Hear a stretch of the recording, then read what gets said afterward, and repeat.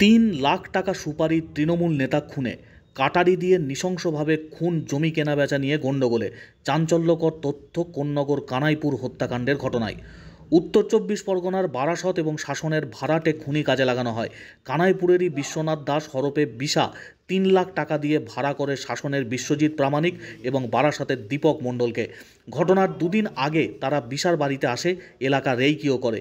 খুনের পর কিছুটা হেঁটে যায়, তারপর তাদের সেখান থেকে স্কুটারে করে স্টেশনে পৌঁছে দেয়। পুলিশ তদন্তে নেমে প্রথমেই সিসিটিভি ফুটেজ সংগ্রহ করে। আততায়ীরা কাটারি দিয়ে কুপিয়ে খুন করছে দেখা যায়, খুনের পর পালিয়ে যাচ্ছে দেখাও যায়, রেইকি করছে সেটা দেখা যায়। সেই রেইকির সময় আততায়ীরা ফোনে কথা বলছিল সেটাও দেখে। ওই সময়ে ফোনের লোকেশন ট্র্যাক করা হয়। ফোন বন্ধ থাকলেও পুলিশ জানতে পারে কোন এলাকায় রয়েছে, সেই মতো পুলিশ অভিযান চালায়। ধৃতদের আগামীকাল শ্রীরামপুর আদালতে পেশ করা হবে। ডিসিপি শ্রীরামপুর অর্ণব বিশ্বাস বলেন, জমি বিবাদে এই খুন বলে এখনও পর্যন্ত জানা গেছে। এর পিছনে রাজনৈতিক কোনো কারণ রয়েছে কিনা তা অবশ্য খুঁজে পাওয়া যায়নি। ভাড়াটে খুনি দিয়ে পরিকল্পনা করে খুন করা হয়েছে, এর পিছনে আরও কেউ জড়িত কিনা তা খতিয়ে দেখা হচ্ছে।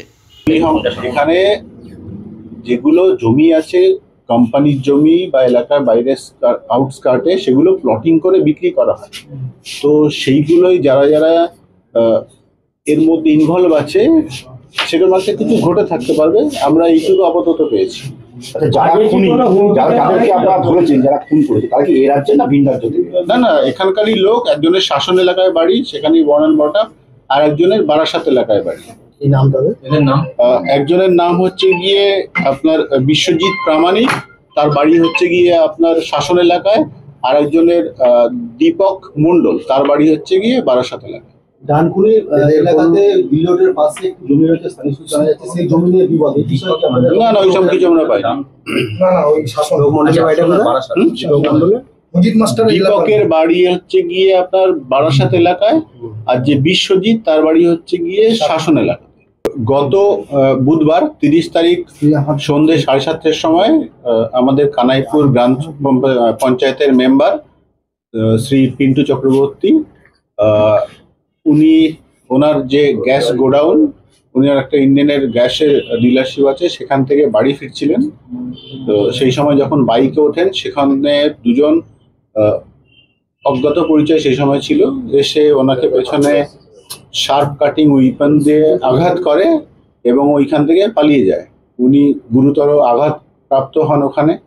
ওনার যে গ্যাস গোডাউনের যে কর্মচারী ছিল এবং লোকাল এলাকার লোকজন যারা ছিল, তারা ওনাকে সাথে সাথে একটা টোটোতে করে তারপরে কানাইপুর বিপিএইচসিতে নিয়ে যায়। ওখান থেকে ওনাকে অ্যাম্বুলেন্সে করে এসএসকেএম বা পিজিতে নিয়ে যায়। সেখানে কিছুক্ষণ পরে ওনার আর কি মৃত্যু হয়।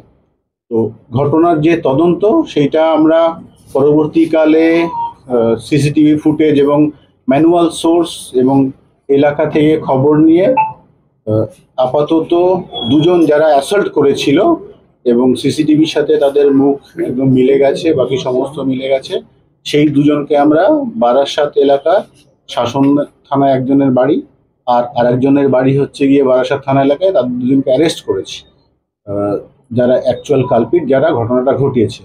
এবং তাদের স্টেটমেন্ট থেকে এই ঘটনায় তাকে, এরা দুজনে হচ্ছে ভাড়াটে খুনি, সুপারি কিলার যাকে বলা হয়। এদেরকে যে এনগেজ করেছিল সেও একজন আমাদের এখানকার লোকাল, তার নাম হচ্ছে বিশা এলিয়াস বিশ্বনাথ দাস। এই ঘটনায় 3 লাখ টাকা আপাতত ওদেরকে ডিল হয়েছিল যে মারার জন্য, সেইটাও এদেরকে দিয়েছিল। আপাতত এই 3 জনকে আমরা অ্যারেস্ট করেছি। ঘটনার পিছনে যে কারণ সেটা জানা গেছে যে এলাকায় জমি কেনাবেচা নিয়ে কিছু একটা টাসল হয়েছিল এদের মধ্যে, সেই কারণে এই পঞ্চায়েত যিনি মেম্বার আছেন তার এই পরিণতি হলো। এর পেছনে আমরা কোনো রকমের পলিটিক্যাল বা অন্য কিছু পাইনি, বিশেষত এই জমি কেনাবেচা নিয়েই যে সমস্যাটা হয়েছিল। তার জন্য বিশা যে আছে, এর পুরনো ক্রিমিনাল রেকর্ডও আছে, এলাকার পুরনো গুনস, ওর ফ্যামিলি তারা যারা মেম্বার আছে তারাও এখানে এই রকমের কাজই করতো। তো এই ঘটনাটা ঘটিয়েছে।